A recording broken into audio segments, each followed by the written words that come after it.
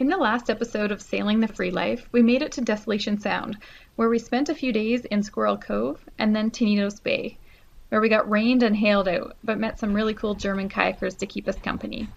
We saw thousands of jellyfish and even skinny dipped in the warm upwind lake.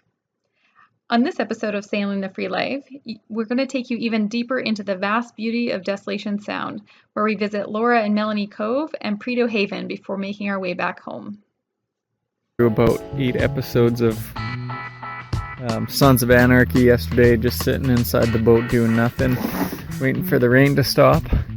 I just took Paige to shore, and right after that I think we're gonna head to Laura Cove, but a boat just drove by us this morning and told us that if we have time we should check out Refuge Cove too, because there's a couple cool pictures to be taken, and I guess like an old houseboat or something that's not used anymore, and it's something to see, so we might do that yet. Steve was the one who initially researched and found this beautiful place that neither of us had heard of before, and it wasn't long before he had me convinced that it should be our first trip with our MacGregor. Desolation Sound Marine Park. It has more than 60 kilometers of shoreline, several islands, numerous small bays, snug coves, and forested upland for exploring. And in September when we went, it was virtually all ours, with very few other boaters. It also is worth noting that in the summer, the warm waters of the park are ideal for swimming and scuba diving as well. So we're probably going to come over here tomorrow. There's a rope swing hanging up that tree, and the water's pretty warm, so might take a swing at it. And here we're seeing where we actually came in is about twice the width of what it was when we came in at low tide. So definitely recommended to come in at low tide. And it's not even high tide yet. It's only probably 4 hours away from high tide.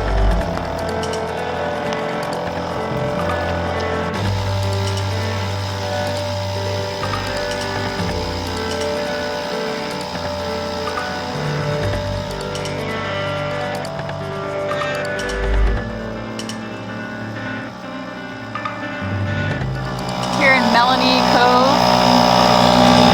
Paige is tired. We picked up a few clams for supper.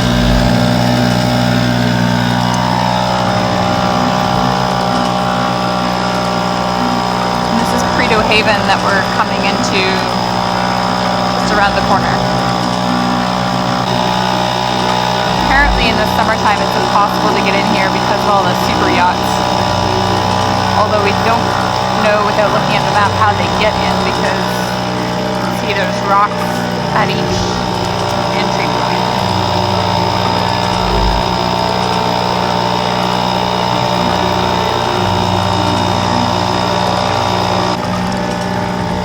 It's a bit shallow through here, coming back into Laura Cove from Prideaux Haven. Take it slow, but as you can see the sailboats over there, that's Laura Cove, and it looks like there's another boat coming in right now. When we arrived, there were only 2 boats there already, but apparently in the summer there's lots of boats and rafting up is the norm. And it's known as the party place compared to Melanie is supposed to be more relaxing.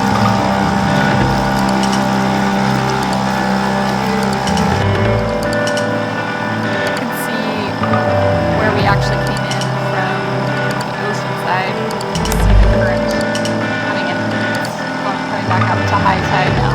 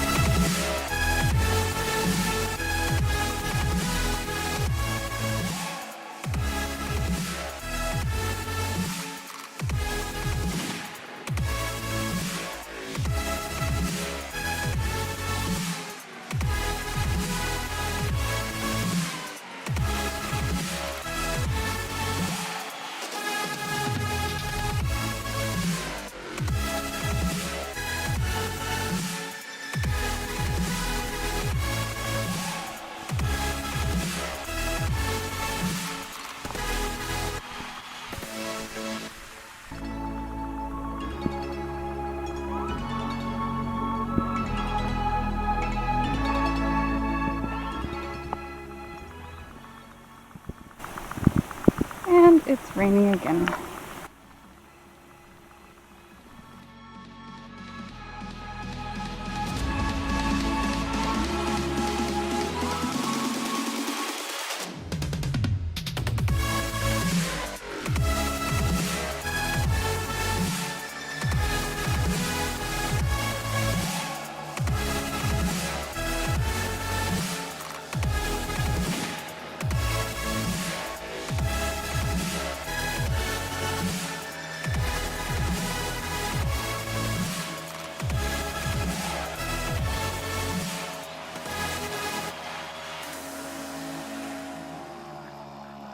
I am just cooking up supper like I usually do. And Allie is bringing the dog back. It's kind of dark already. But you can see them just arriving. You can always tell because Paige's beady eyes glow in the dark.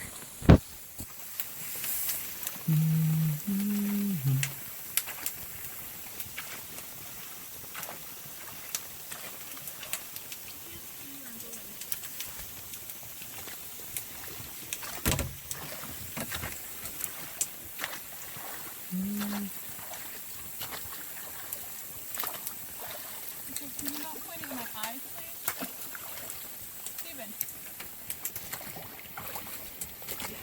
You can see the toll the weather has taken upon Allie as she gets grumpy. Light in my eyes, I can't see where I'm going. She gets grumpy quickly now. And she steers with not so much precision. Stupid motor won't work. Stupid motor won't work. No. Why not? Well, I don't know. You're the mechanic. What'd you do? It worked when you left. I know. I don't know what happened. Did it get you there? It got me there. And then it wouldn't Got me back restart? And it started pouring. Can you help me get Paige in, please? Yeah, just pass me the rope.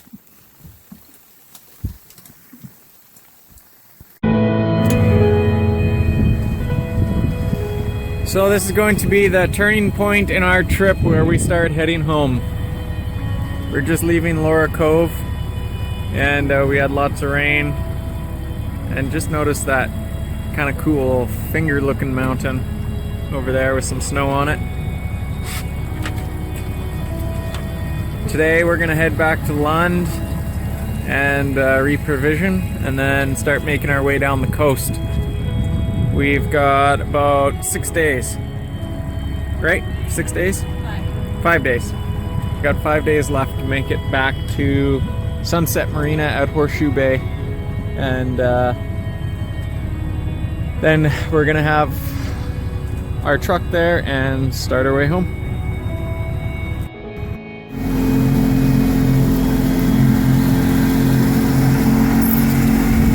So we're making our way to Smuggler's Cove today. We've gone about probably about 55 kilometers. Got a little ways more to go. It'll be about 75 total today. And we've been motor sailing so we can make a bit better time. And these waves are pretty good, so we've been surfing a lot of them. They're a bit smaller now than they were earlier, but we're cruising right along.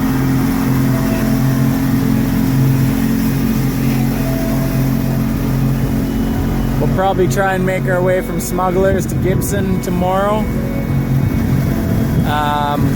Not sure if we're going to be able to though, because they're calling for heavy winds tomorrow night and Friday, so as long as it doesn't come early, we should be able to make it there. If not, we'll probably have to hunker down in Smugglers for the night, tomorrow night and Friday, and then go on Saturday.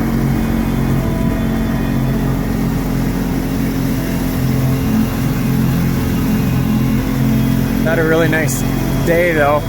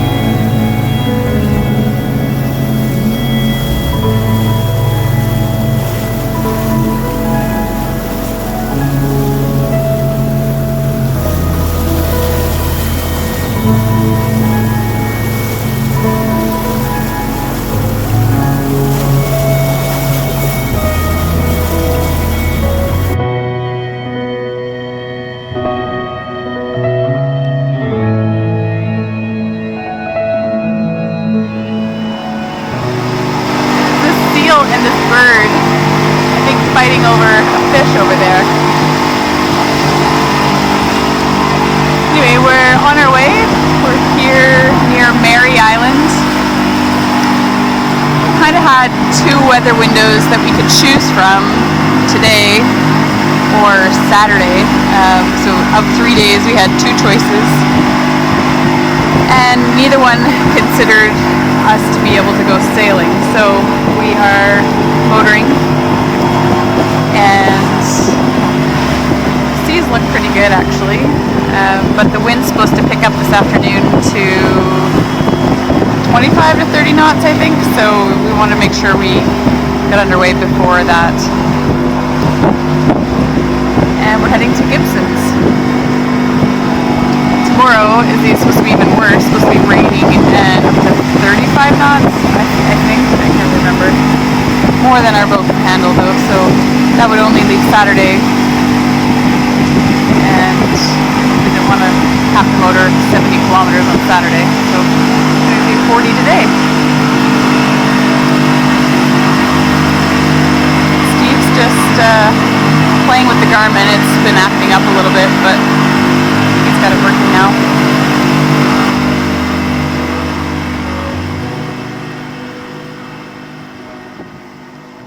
So by this point in our trip, it seems everything is falling apart. First, our GPS slowly stopped working, probably due to all the moisture. It first stopped showing us our charts, but luckily we still had depth in GPS for a while, and then it all stopped. On top of that, we were also slowly losing our minds, possibly due to all the rainy days that we've had. When we misplaced the external GPS drive with our charts on it for the last passage. And then the audio on our camera started acting up, so that's why I'm filling in the gaps here. Anyway, we were in luck because Captain Steve, aka MacGyver, as I call him, came to the rescue. I should also note that, of course, we do have backups including our paper charts and navionics for navigation, but we do rely heavily on our GPS for its accurate depth sounder, especially as we navigated back around Bowen Island to our takeout spot at Sunshine Marina. So now we actually do need this GPS to work because it tells us our actual depths, but we've been using navionics to kind of get a general idea of where we are and what to look out for. So we'll see. We've only got today left, so hopefully we can at least make it where we're going and have no accidents. This is incredible. We found everything! As Steve was working on being MacGyver with the GPS, I thought I would just clean the boat because we're getting off tomorrow, and voila, it was sitting underneath here, but we had looked there before, so we're not sure. It just hid for a couple of days. But anyway, we should be fully operational if this works. Let's go see. Yeah, let's find out.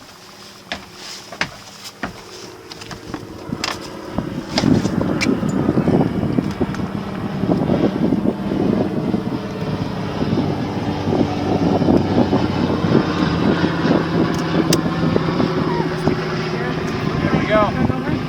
Everything's working again. Yay! Yay, just a pile of corrosion that's inside the GPS itself, so I had to take off the connector strips and clean everything. With some alcohol and Yep. Q-tips. So, we've got some good wind too, so we could go for a little sail. Yeah. Let's just go. You can see this tugboat over here that's hauling huge bunch of logs behind it. We've noticed them a few times. It's sometimes hard to see the logs, and you kind of have to watch out for them because they're going a lot faster than you might think. They're just tugging along, but you kind of can't go in front of them. So this sailboat we just passed over here, you know, say it's just stopped and waited, so we just motored on a little bit faster. But it also brings to mention why you probably see logs floating, like this one over here. Really got to watch for logs over here. We've heard of people really damaging their boat because they hit a log and the boat ran over a log, so you really have to have a watch on at all times. here's an example of a log. Sometimes it's helpful that the birds sit on them and then you know where they are, but that's not always the case.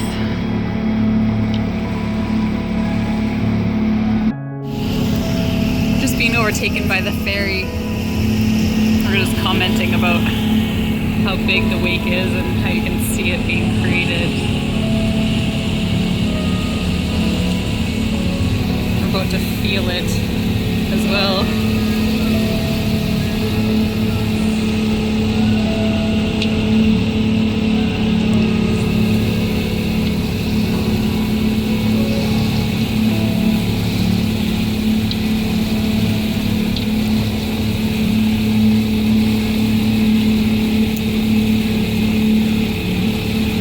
Fun to surf it.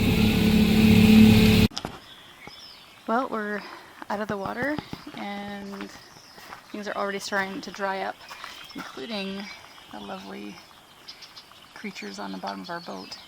We're hoping to be able to get them off without too much scrubbing, but they're already starting to cake on there. Pretty good. And everything's starting to dry up. Our cushions that are dripping with water are starting to dry out.